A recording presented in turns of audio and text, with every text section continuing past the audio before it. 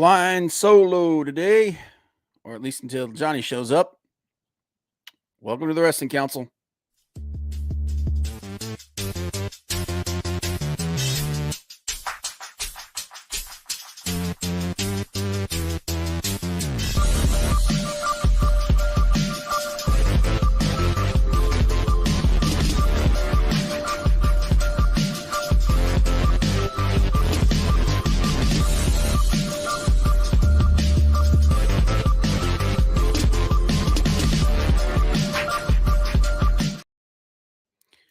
Welcome to the Wrestling Council. I'm your host, Comic Bob, joined by Johnny Blaze. Johnny? Hello? Why are you muted? I think you're muted, bud.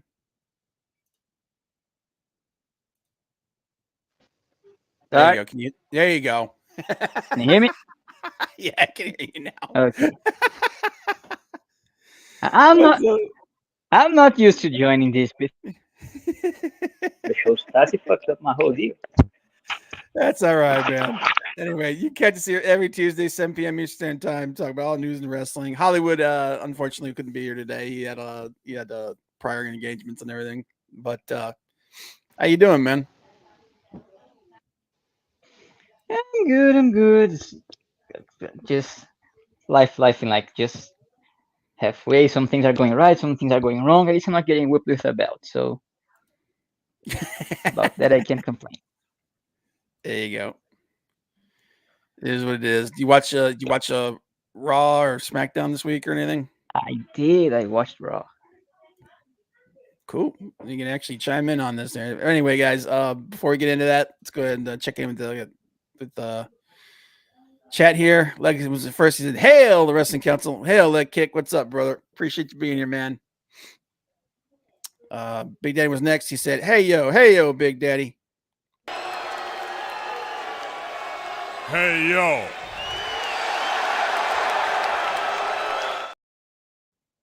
Score another one for the good guys. Next we had Maldacito said, "Sup, people? What's up, Maldacito? Appreciate you being here, man." What's up? What's up? What's up? What's up? What's up? Hello. What's up? What's up? What's up? And like I said, going to be driving. So hello, everyone. Yeah, be careful, dude. Take it easy, man. Said our boys are late. Maybe they're getting jumped. Yeah. Nah, it just took me a minute. Had some things I had to take care of. But anyway, guys, appreciate you being here. As always, if you get like, subscribe, share it on your social media. You can also watch us on X over at the Wrestling Council. And interesting week. Had some weirdness, so the build to All In has been kind of weird. On one hand, they started early, which is good. Which is something that that one of the big complaints that I've had with Tony Khan is like, dude, you need to get your shit together. You get out there, get going, man.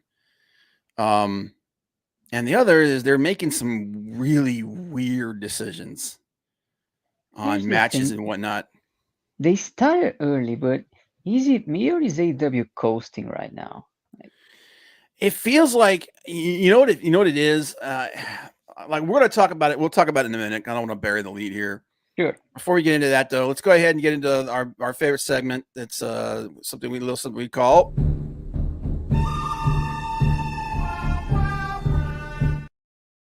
the good, the bad, and the ugly. So for my good this week, I'm a New Japan guy, so you guys know that. The G1, Zack Sabre Jr. is atop his bracket at 7-2. He looks like he's the odds-on favorite to win. I know Bryan Danielson during an interview he just did, he wants him to win. That's a guy I really feel like they need to start building around.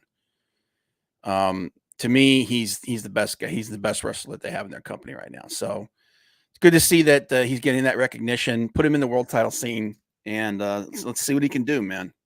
Because he's the best technical wrestler in the world right now. The other piece of good information in this, and this is, I think, I kind of get the feeling that this is what Tony's doing with the where it feels like sometimes feels like AEW's coasting as far as pushing All In or what's going forward. Kota Ibushi made his return to wrestling. He's wrestling some some matches in DDT, but he also teased that he will be coming back to AEW with Kenny Omega. He couldn't And even make his big return for Tony. That's yeah. And that kind of feels like the kind of thing Tony does, you know? Tony likes having those Tony likes making those big announcements. like did he already like hurt himself working for someone else? He can even like come back for them? Maybe get a pop or something? Who's that? Who, Ibushi? Yes. I mean, it would be if he comes back, if he shows back up with Kenny Omega, that's a big deal, man. Because then then that's them versus the EVPs and all that. Could be that like I could see that happening. I know that he had his surgery in May, and it takes about 4 months to fully recover from the surgery that he got. I don't know how ready he's going to be at that point. So I still think it's kind of up in the air. I think what's going to happen is because Tony's he's teasing that the biggest announcement in AEW's history. He's doing that whole thing. I get the feeling we're going to get a couple of debuts at All In. One will most likely be Ricochet. Another one I think that's very possible could be Bobby Lashley. God have mercy on his soul if that's the case. Oh my God, Tony and his inability to book big men. I'm telling you, man. Yeah, but he kind of hasn't done that like built it up like that in a while, Courtney. So and then like Tony always likes to talk but the thing is I think he's kind of learned a little bit that if he does that, he better back it up with something. So I don't know, man. But like I said, like you said, the build has been weird. But I get the feeling that we're going to be seeing Kenny Omega sooner rather than later because of the way that they're teasing and everything. And I definitely think he'll be back before the end of the year. Now, whether he's going to be back at All In, whether he comes back and it's going to be like another 2 months like they did with Mercedes Moné when she showed up before she even stepped in the ring, who knows? But I get the feeling we might at least get an appearance by Kenny Omega. And thankfully, and please God, kill this friggin' EVP storyline because it's done. It's cooked. I'm glad everybody's caught up with me on that front. Dude, it was fine, but it's like the way that we'll talk about it more. Like I said, the build for this has been ridiculous. My bad. More injuries. Dakota Kai is injured. She's going to be on the shelf for about 2 months with a torn meniscus. And during the G1, which, like I said, I'm a New Japan guy, Yuya Uemura got an arm injury, and he has been pulled from the rest of the tournament. He was injured in his match with Yota Tsuji, which was a pretty good match up to that point. Once again, injuries are never cool. It's never good. You don't want to see it, and hopefully, they'll make speedy recoveries and get back there. There's too many people on the shelf right now. Another bad Mercedes Moné promo on Dynamite. Oof. Oh my freaking God! Like they gave her a bodyguard when he should have given her a manager. I'm telling you, she's one of those people. Like I said, like there's certain people like they don't need someone to write their promos for them. They don't need help doing promos. They've got they've got it down. Okay, she's not one of them. Where she shines is in the ring. Okay, where she shines is when she's wrestling. She's never been a great promo. Okay.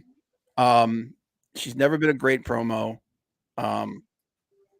She's never been She's always been one of those people that needs help with it, and that man, it really showed. The funny thing is, she did a promo on Twitter, and it was a lot better.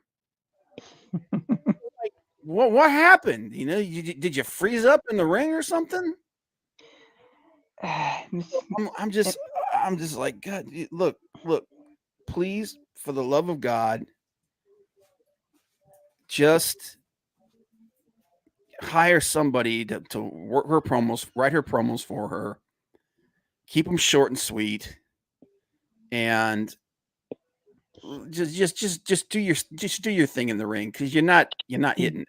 She does need someone else to come up with the material, doesn't she? Yeah, dude, she's not one of those people. She's not one of those people that can spontaneously just create on the fly. And let's look, I'm not I couldn't do that either. But I'm not the premier face of your women's division right now. So yeah, and then hooking her up with Camille, that's fine, that's good. Dude, Camille's a better promo than she is. Like, why don't you let Camille do the talking instead? Because, oh my God, man, it's just, it was bad. It was bad. It was, like I said, it was funny though, because the Twitter promo was actually good. It was the best promo she's done. So that was pretty awful. And then the ugly, Brian Danielson did an interview over the week, last week. It was a really good interview. My brain's like taking a crap on where he was and who he's talking to. But it's looking like he went, like what he said, when he's done, he's going to be done. I know that they were saying that he's the idea was that he was going to retire from being a full-time wrestler, but as time has gone on, he has kind of changed that up. Now, and again, it's Brian Danielson. He likes to bullshit. But he sounded like he was being very, very sincere about the fact that when he came back from his neck injury, and what was it? Was it 6 years ago? 6 or 7 years ago?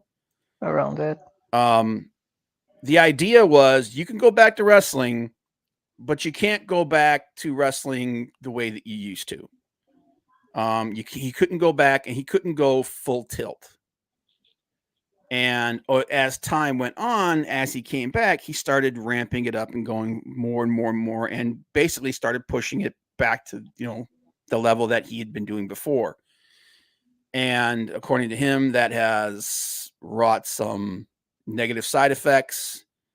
And according to him, he's thinking the odds are that he's more likely going to have neck surgery by the end of this year. So we're talking fusion surgery and whatnot. With people like him, I even wonder if it's not worse to be a part-timer than a full-timer, because it's like me when I'm playing football. Like if I'm playing like constantly, I'm fine. If I play just like every now and then, I get hurt. Yeah, and that's and he's kind of indicated that. He's like he's indicating, he's talked about how he's starting to transition. He's starting to move into different areas, starting to transition into the back. He said if this decision came up like 3 or 4 years ago, he probably would have had a real hard time with it. Now he said he's got other things besides being in the ring. We know that he works with creative.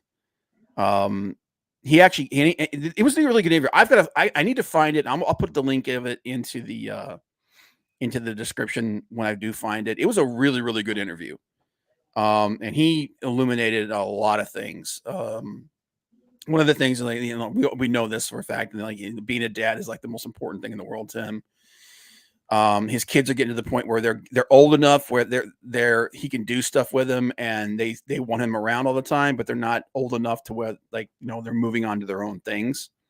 And he's looking at that, like the next 5 or 6 years, his kids are going to be they're going to start becoming teenagers. So he's looking at that. He's also looking at just finding fulfillment outside of the ring. It's unfortunate because that neck injury robbed us of quite a few really good years from him, and it is shutting him down. But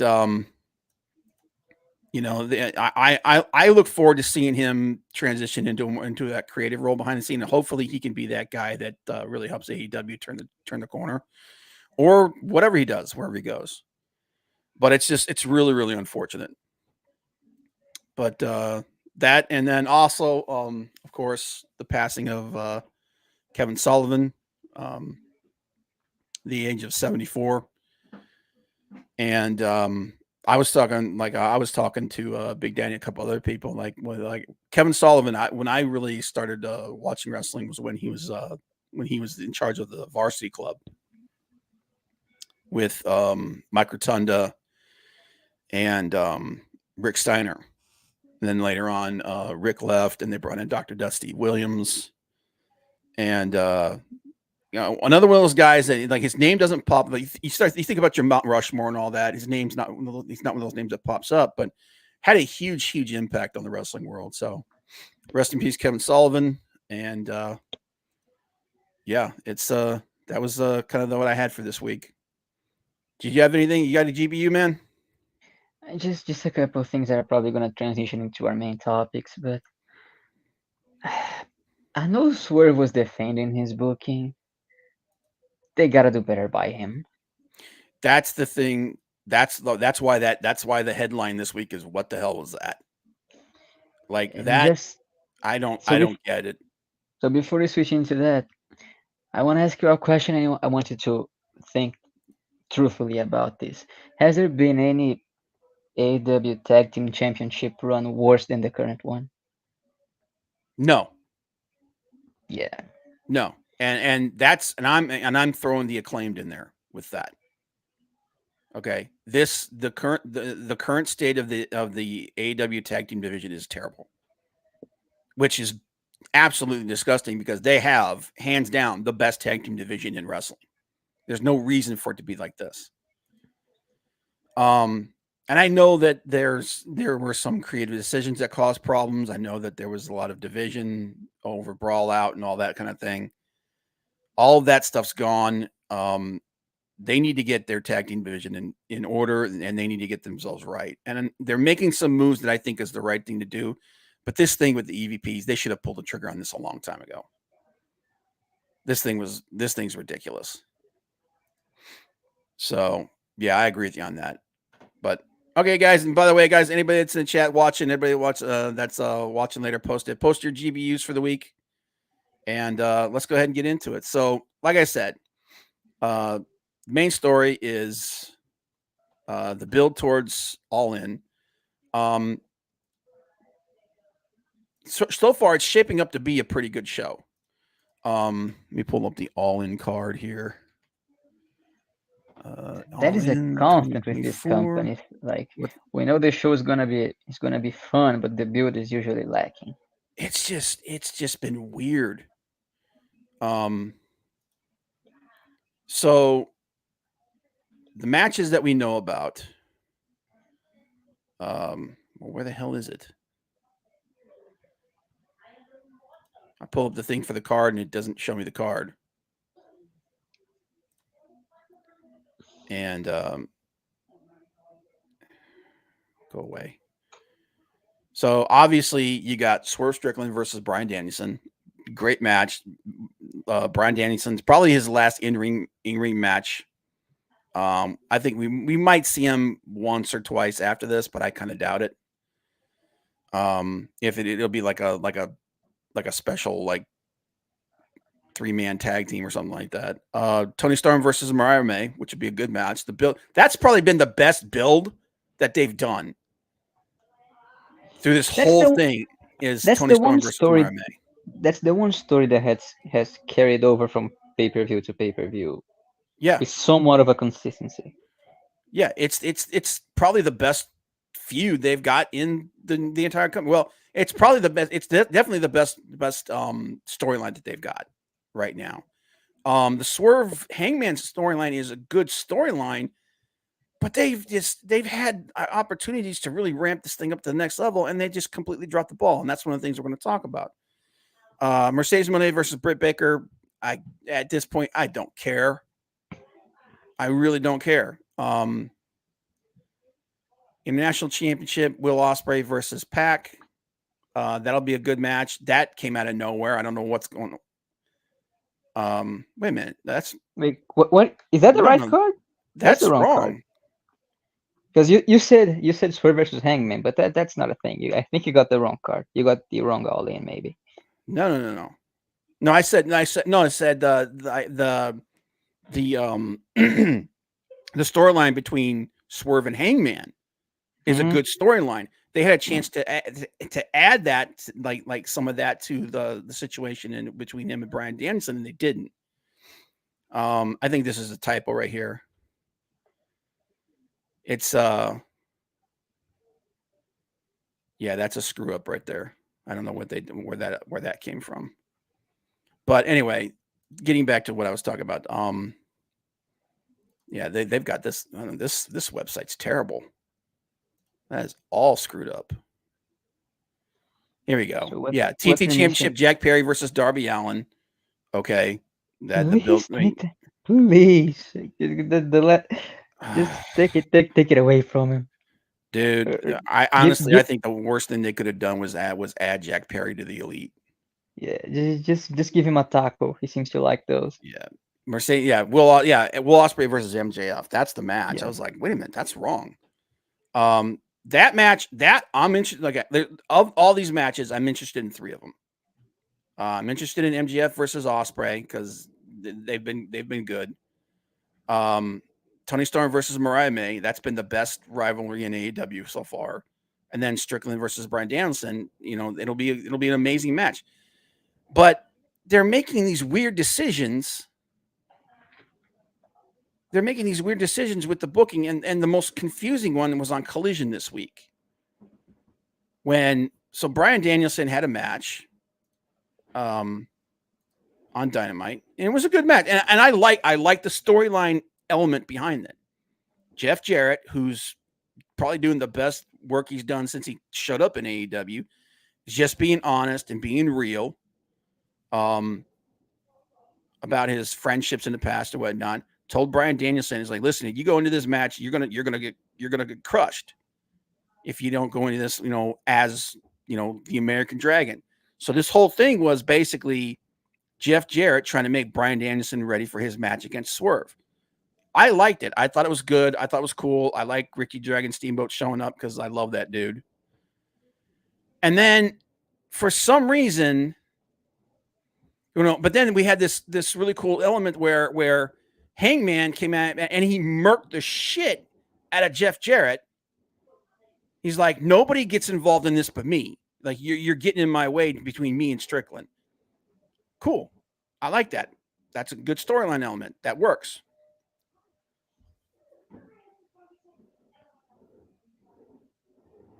Yeah, I apologize. Yeah, I apologize, Big Daddy. That site I went to pull up the match and everything was all screwed up. And I'm like, what is this shit? So then we have Collision, and Swerve decides he's going to do an open challenge for the world title. And I'm like, okay, this could be interesting. Maybe we get, maybe Hangman tries to answer and then something happens. Maybe they further that storyline along because that's where the storyline's going. Right? You there? Yes. Okay. And then Ishii comes out. And I'm like, okay, what is the point behind this? And here's the thing. I like Ishii. He's one of my favorite wrestlers from New Japan. Match was fine. The storyline doesn't make any damn sense. Why didn't Hangman come out and cause a scene or something? Why aren't they advancing that situation? That because obviously that's what the storyline where they want to go with it. But we just get this random match that doesn't really mean anything. And I'm just confused by this. Is this supposed to make us excited building towards All In which is going to be their biggest show this year. And I mean, I don't know. Maybe is it just me because the booking just doesn't make any sense. Aside from Hangman not being involved, like I have nothing against Ishii, but since pretty much every time I've seen him was in AEW, every time I've seen him, he was taking a pin. Yeah, So and that's kind of like where at this point in his career, that's kind of what he does. He comes in, yes, he has a good strong match, and then he loses. yes, but to an audience in which he doesn't have the past history to back him up. Like I don't know nothing about it, for example. Yeah, That doesn't work like that. no, and it's and like I said, the booking just doesn't seem, it just seems strange to me. Like you had a chance, like I said, you had a chance to advance these storylines. You had a chance to build to, or build up one of the other storylines. Like, does anybody care about Jack Perry versus Darby Allin? I don't. People care to the extent that they want anything imported away from Jack Perry, but other than that, no. And I know that what they're going to do is they're going to fold this stuff with Hangman into the Casino Gauntlet, but they could have. I don't know, man. It just doesn't. The booking outside of Tony Storm and Mariah May and MJF and Will Ospreay just seems off. I can. Yeah. Do you see the thing that those two have in common? It's the talent coming up. It's the talent coming up with most of it. It's not a booker. Yeah, that's what this. But at the same time, you're booking a television show. You know, that's the best you can do. A match with a match with a random guy. I mean, obviously, you know, like people who like it, you know, they like him, but it's just this random thing that doesn't have anything to do with anything. Yep, I'm with you there. I'm not saying it's right. I'm saying it's what's happening. Like, you know, and then Tony's cooked. Tony's cooked, man. And then, you know, you have this situation, like I said, we talked about with the tag team division, where you get this tag team match between the Outrunners and FTR. Yeah. And here's the thing: look, I like the Outrunners. Okay, they're funny.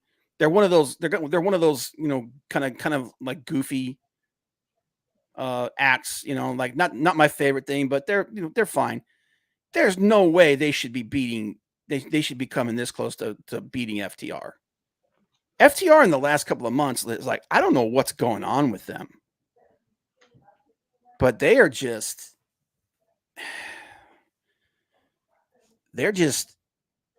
once again, they're the booking with them, the booking with the tag team division period has just been crap.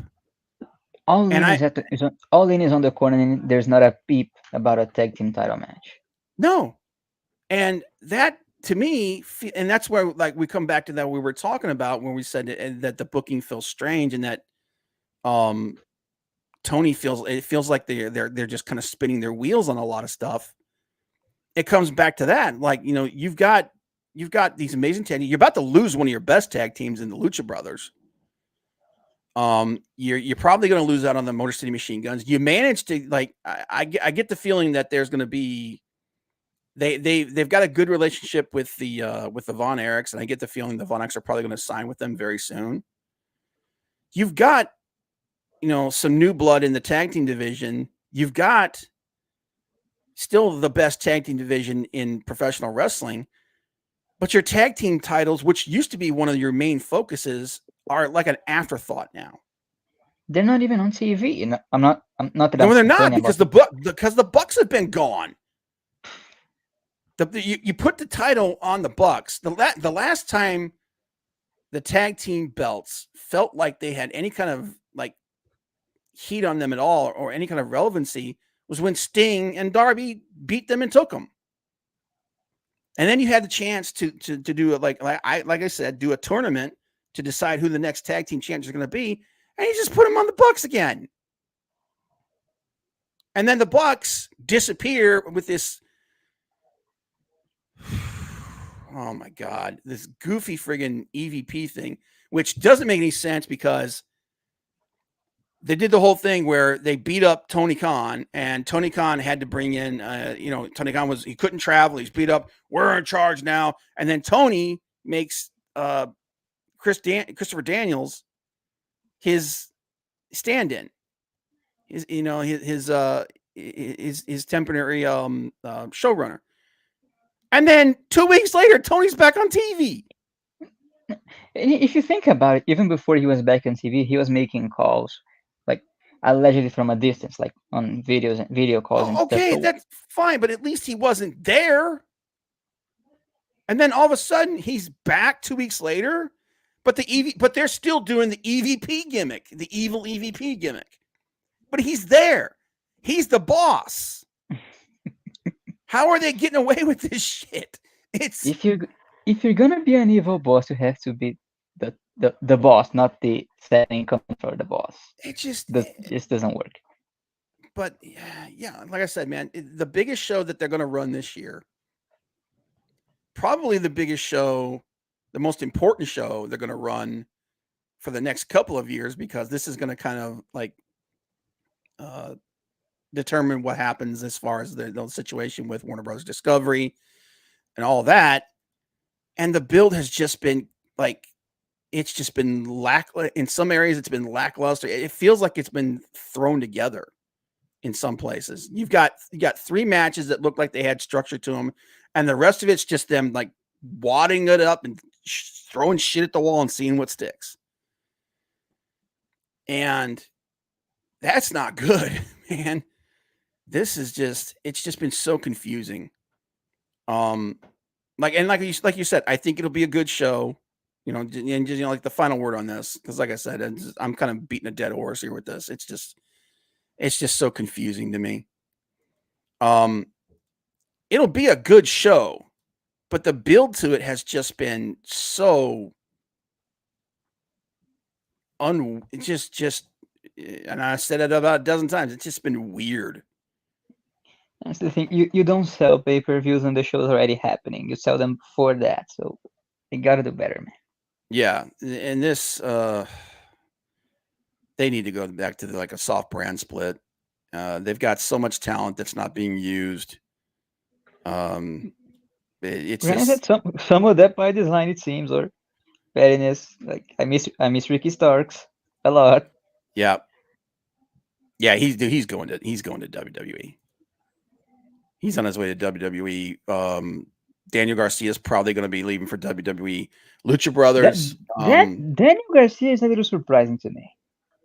Not for me. I feel like I think he feels like, and I agree with him. I think he feels like he's kind of hit his ceiling in AEW as far as where he can go from there. He's still a really young guy. Go to NXT, see what you can build there. The way they're treating it on Page just made it very good looking NXT for those guys. Oh yeah.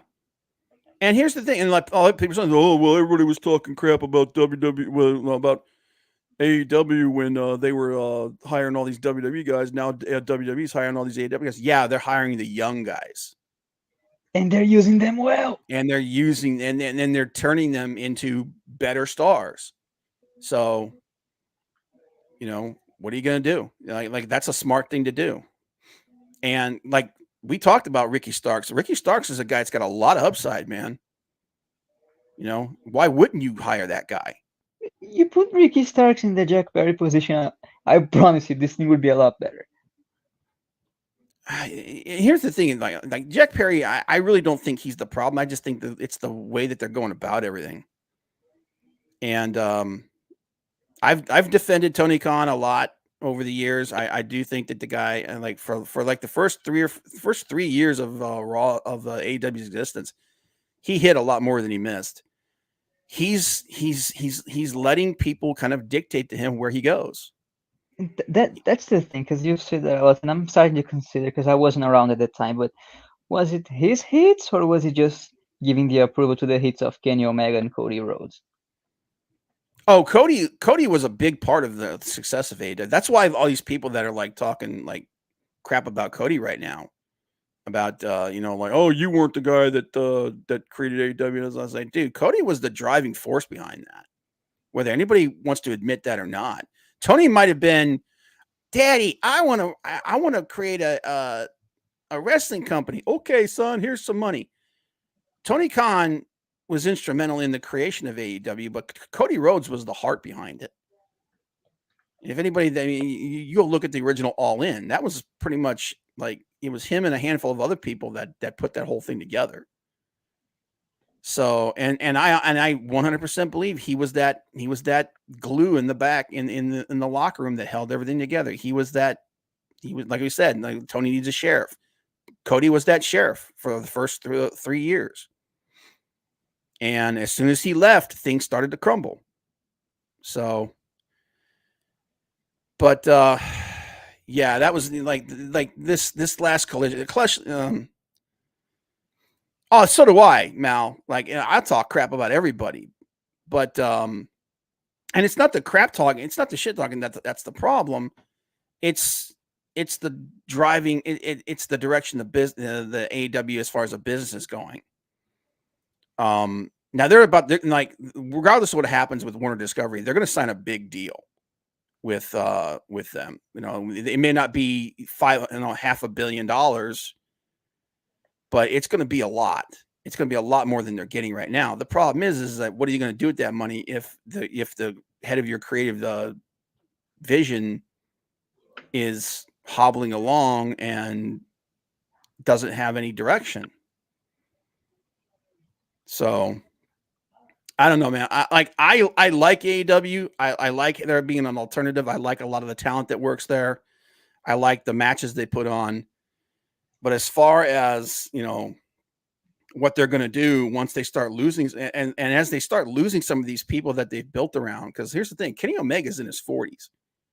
He ain't going to be around for much longer, or at least not at the level that he is now.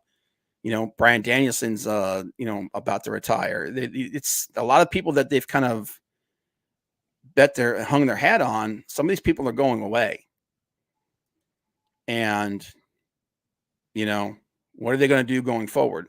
So, but it is what it is. As far as the but then the one last thing is like the tease that he did, like the most important announcement in AEW history. It's more than likely going to be the deal with Warner Discovery. I got to believe that that's what it's going to be. We'll find out within the next couple of weeks. It'll either happen in the next couple of weeks, or it'll happen at All In. Bit of a weird thing to announce on the show. It's Tony, dude. He does it all the time. It's like, it's like Courtney said, he does it all the time. I just feel like, this time it might actually live up to the hype. Switching gears and going over to a company that is actually kind of hitting on all cylinders. Did you watch Raw this week? I did, yes. It was really good. It was, man, Raw's been fun. Like, it has. Remember when we used to like dread having to watch Raw? Oh, when Vince was like taking a massive steamer on everything. That's like a distant memory now. Man, Raw's good. Raw's fun. Raw's been good. Raw's been and they, like I said, man, they're pushing people the right way. That the opening from the opening promo, like this was one of the Raws that didn't feel like 3 hours. Rhea cut that awesome promo. Dom came off looking like a friggin' moron, which is exactly the way you want him to be, talking about eating chicken nuggets and freaking but Damien somehow looks better after losing the title than when he had it. Honestly, yeah, I think he's one of those guys that needs to go through phases, and I think this phase kind of needed to happen. He's over as hell. Oh yes. So, and obviously he'll get another shot at Gunther, because he was the former champion. So, and that'll be a good match. I don't know. The only thing I don't know what you do with Judgment Day at this point. I don't think you've taken the two most popular people out of it. So kind of where do you go with it? If you want a heel group for real, I guess that had to happen. What's that? If you want to heal them to be a heel group for real, I guess that had to happen now. Well, no, and just the writing was on the wall. Obviously, they had to. Rhea was gone pretty much as far as she could with that situation. She had to go. She had to leave there to go to the next level. Same thing with Damian. But they don't have anybody either in there now or to bring in really that can kind of shore them up as an organization. It's almost like they're probably going to disintegrate after this. I think they are meant to be a little disorganized. I don't think that's going to last much long. Because it was like, well, they brought in Carlito. I was like, dude, Carlito ain't it. And the match between Carlito and Priest was okay. It wasn't great, but it was okay. Obviously that promo that Rhea cut was the big highlight of it. What do you think? So, what do you think about the New Day? You think they're breaking them up? That's something I never thought I would see happening. Yeah. And I think I'll be wrong in this prediction probably, but like they sooner have Big E just like showing up just to talk them into like being good to each other again than breaking them up. I don't see them breaking up. I mean, they brought in Odyssey Jones, and he fits pretty well. He fits pretty well with them. He's got the same kind of goof, like sense of humor. He's got the same kind of, he could fit in there pretty well. I think you're right. I think I would like it better. I think it'd be better if they would bring in Big E and have him be kind of like, the glue holding them together, or have Big E come back and be their manager. Even if not, I think they'll have him at least like come in and like give his blessing to like the new guy in the group or something like that, and just let him move on. But I don't see them breaking up. No way. I don't think. I think their writing's on the wall. I think they're like, you know what, we're just gonna let the New Day die.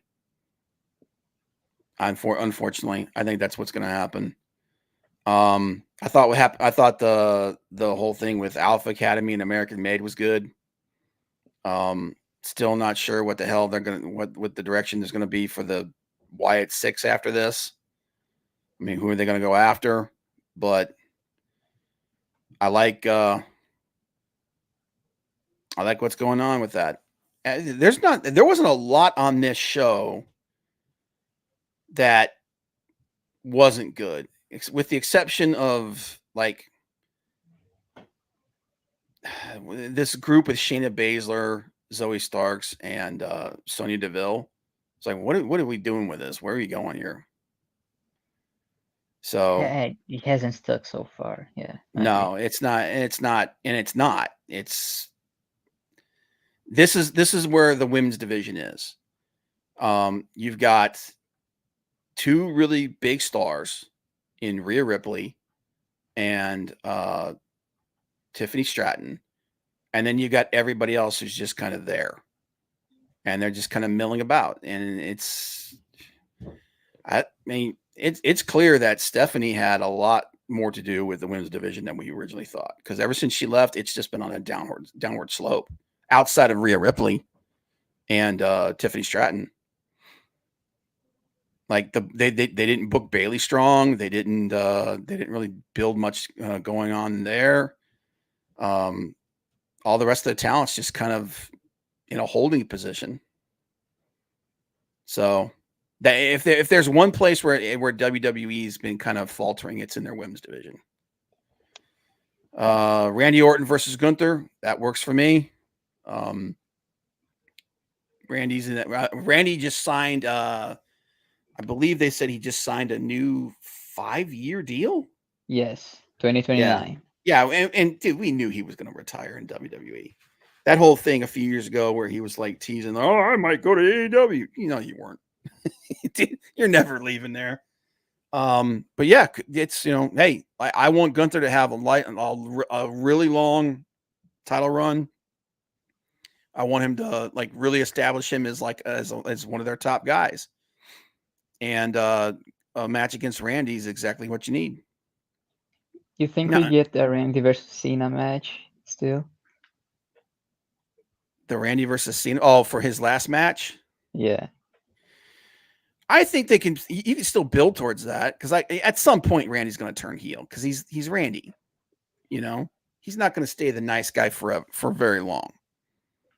He's Randy Orton. John's already like he ate the pin to Austin Theory, and he got manhandled and abused by Solo. So it's not like he has to pass the torch to anyone else. He can just have a good match with Randy. Yeah, he can just Cena's going to come back. He said he's going to be coming back for about between 30 and 36 dates. So that's basically like a bunch of SmackDowns or something like that, or whichever show he's going to be on, and then the pay-per-views, and that's it. He's not going to do any house shows. He's not going to do any extra things like that. I don't really know that I don't think he needs to win a title during that time, but if you wanted to put one on him, I guess you could. And then let Randy take it off of him or something. I don't know. But have them both pass Flair clean. Him and Randy. Yeah. Yeah. Well, Randy actually they talked to Randy about that, and he said that he really didn't care. I do. Well, I mean, yeah, we're fans. We're goobers. We sit around and we jock rock this shit in our head all the time.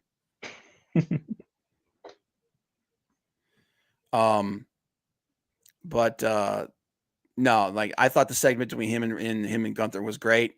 I loved the they kept talking, let him talk, and afterwards, thought that was good. Bronson Reed. This is a dude that I said they should have been pushing a lot harder since the day he showed up. Like I've said it once before, I'll say it again. He's got that Bam Bam Bigelow vibe to him, and they're finally letting this dude kill people. And that's exactly what he did. They wrote Seth Rollins off TV for a couple of weeks, let him get some rest up, and wrote it out storyline wise. And then he came out and he did the same thing to frickin' to the Miz. And R-Truth. He came out and killed him. If you want people to be afraid of him or just like him, have him hurt R-Truth. You can't hurt R-Truth, man. But I like the fact that they're finally using him like a monster, which is exactly what they should use him like. And I'm gonna tell you, Tony Khan needs to watch some Raw, watch some SmackDown, and learn how to book big men, because this is how you book big men. You bring him in and you let him kill people. That's what they're supposed to be. Thought it was really cool. Now the one thing I didn't like about Raw this week, and I was just like, and I understand why they're doing it, and it's good that they're doing it because they realize it was stupid. Is when they were interviewing Punk, when Kathy Kelly was interviewing Punk, and he talked about it, was like, oh, the bracelet doesn't matter. I was like, dude, you had a whole match where all you did was obsess over that thing. Are you telling me this is the bracelet doesn't matter? No, it's good you're saying that now because that means it won't happen again. So, but like during that's the thing that dragged that match down. That match had it was a lot of fun. Made Punk look good. Made Drew look good. Everything about that match was great, except for the stupid shit with the friggin' bracelet. And then here's the thing though. This is the thing though. This is the difference between WWE and this is the difference between Hunter and Tony right now. Hunter realizes, okay, this isn't working. We got to go away from this. Tony's like, this was great. They loved it. Everything was great. So it was like, You know, I was like, the explanation he gave was stupid, but I'm There's happy that they're moving away from it. there isn't a good one. Yeah. Yeah.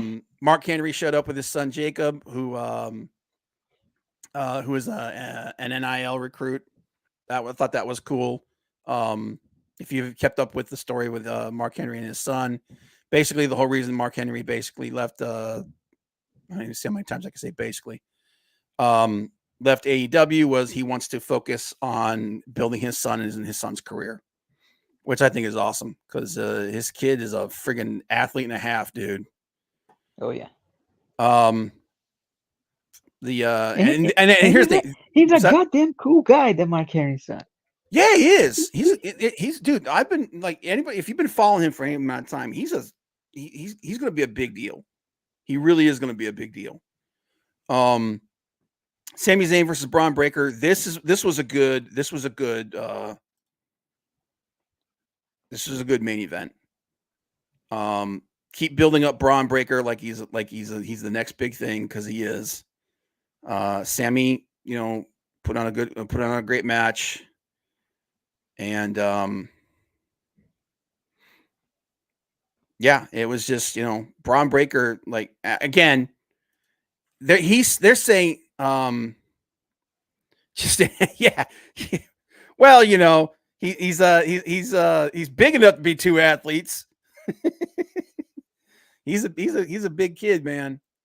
But I'm just really high on Braun Breaker, man. I just wish they would give him back his name. I know he came out in an interview and said that the Breaker name was his idea. I call bullshit on that.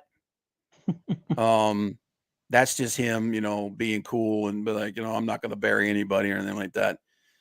And at the time, there was still a lot of drama between them and his dad and his uncle.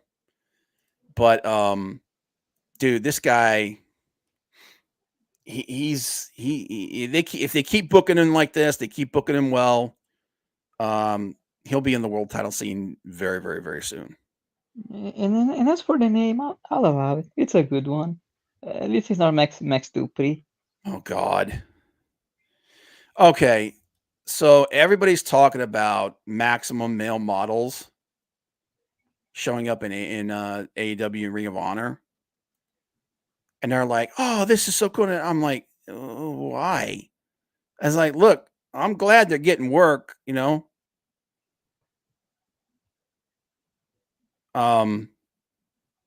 But this thing didn't get over in WWE. It's not going to get over in AEW. It's not going to get over anywhere else. Not really. And it's just like, why are you continuing with this failed idea? But if you want to hire the guys, just do something else. Yeah, just do something else, man. It's like, why are we dragging this dead horse? It was his idea because they told him he couldn't use his name. That's what I'm saying. Like he may have come up with the name, but he didn't come up with it because he wanted to do something different. He came up with it because they said he couldn't use his name. That's why they did it. And you got to remember too, this is back when Vince was still there, and they still had that thing in place where if you used your real name in WWE, they could claim your name. Because I remember that was like the big situation between them and Cody. That's why Cody couldn't call himself Cody Rhodes for a long time. He could only call himself, he's like Cody, and that was it. So on that element of the story, I'm calling bullshit, It's like, you didn't choose that name because you wanted to. You chose that name because you had to. But dogs? Yep. Who's are the wolves attacking? They're just telling the other dogs that this is his house. Yeah. But yeah, Raw was good this week. There was a couple of goofy things, but it was good. But yeah, and overall, that like,